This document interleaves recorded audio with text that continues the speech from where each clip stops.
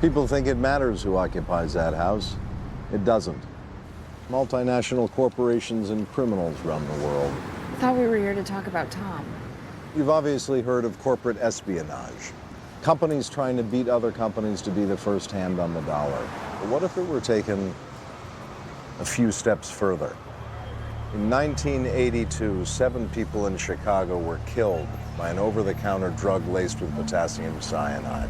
The company's market share went from 35 to 8. It was never determined how the drug was poisoned, but I will tell you, someone was hired to do that. Remember those tire recalls? Chernobyl? Deliberate and malevolent actions taken by corporations to protect their vital interests. Nothing happens by chance. That's why I'm here, Lizzie.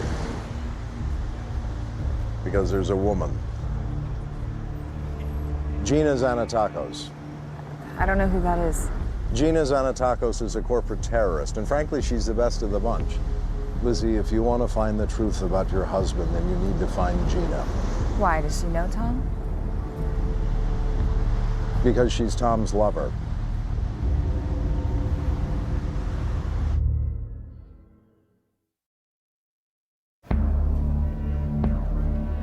I fail to see how suspicions about her husband affect our arrangement. Agent Keene is on leave. Well, then lives will be lost.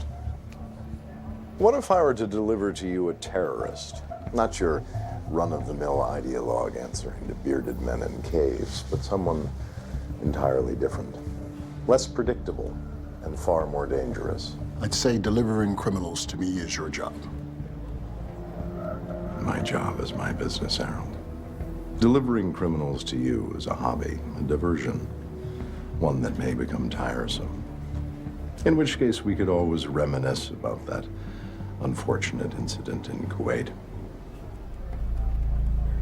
Are you threatening me, Red? I am. Hardly the time to let morals stand in the way of your upward mobility, Agent Cooper. I had a job interview. I am a teacher. 4th grade, I got a call from the Rothwell School in Cambridge. Who called you? Walter Burris. He's the headmaster. He said he saw my application and he was impressed and would I mind coming in for a meeting. Lizzie and I decided to make a weekend of it, so we got a room at the Telemy Cove Inn. We got in Friday night. We had dinner at the restaurant next door, which you can verify because I used my credit card. And then the next day, I met with Burris at the Angel Station Hotel. Not the school. No, he called me that morning and he said he was already downtown on some other business and would I mind meeting him at the hotel. It's bad luck, right? Excuse me? Your meeting gets changed to the exact location, a man is assassinated. What would you call it? Yesterday, I would have called it a coincidence. Look, I don't belong here. Just call Walter Burris, okay? He'll verify everything I'm telling you. Where are we on the contents of the box? Still working on those passports and tracing the money, but ballistics did confirm that it was the gun used to kill Victor Fokin. Good news, we actually did find a partial on one of the casings in the magazine, but it's not Tom Keene's, and there were no hits on it through AFIS. Give me updates as soon as you have them. Meanwhile, there's been a development. Reddington's brought us a case. It's about time he realizes that he has to talk directly to us. He won't. Sir, I think it's entirely inappropriate that Keene is on the case when her husband's being investigated for murder. It's been a change in plans. According to Reddington, her real name is Gina Xanatakos. Nearly a year ago, she reached out to him as Shuby Hartwell. She wanted Red to broker a deal to assassinate a Supreme